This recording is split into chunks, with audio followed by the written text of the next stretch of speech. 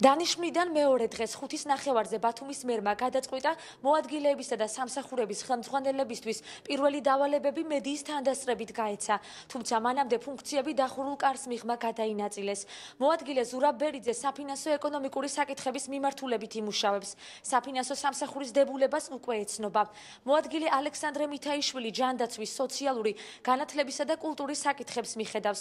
ერთადერთმა ვიცემერმა ბაგრატ მანუელიძემ კი კეთილმოწყობისა და ინფრასტრუქტურის სფერო ჩაიბარა.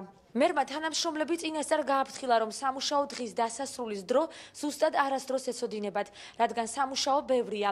ამიტომაც დამსწრეთა უმრავლესობა მერს მიბაძა და გეგმების ჩამოწერა გადაწყვიტა, ზოგმა კალმით, ზოგმაც კიდევ ფანქრით.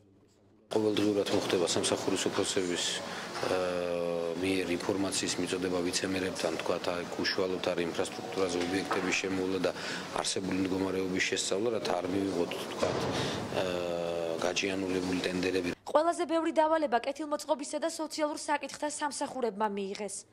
პრიორიტეტები ეს არის ინფრასტრუქტურა და სოციალური საკითხები. სოციალურში მე გულისხმობ არა მხოლოდ ძირითადად სოციალურს, ხელმისაწვდომო საბინაო მშენებლობას, პროექტირება დამთავრებულია, ახლა უკვე სატენდერო საქმიანობას უნდა შეუდგეთ. დავალება ბევრი გაიცა. აქვს თუ არა შესაბამისი ფინანსური რესურსი თვითმმართველობას, მერის ახალი მოადგილის პროგნოზი დამაიმედებელია. არსებობს გარკვეული ეკონომიები, შემიძლია ვთქვა, რომელიც შემდგომ მერის გადაწყვეტილებით გამოყენებული იქნება იმ წინასაარჩევნო პროგრამების და დანაპირებების შესასრულებლად.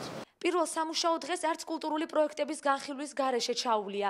მერია ბათუმობისთვის ემზადება. ოღონდ მერის მოთხოვნა ერთია: სერიოზული ყურადღება მიაქციონ მოსამზადებელი კომისიის დაკომპლექტებას.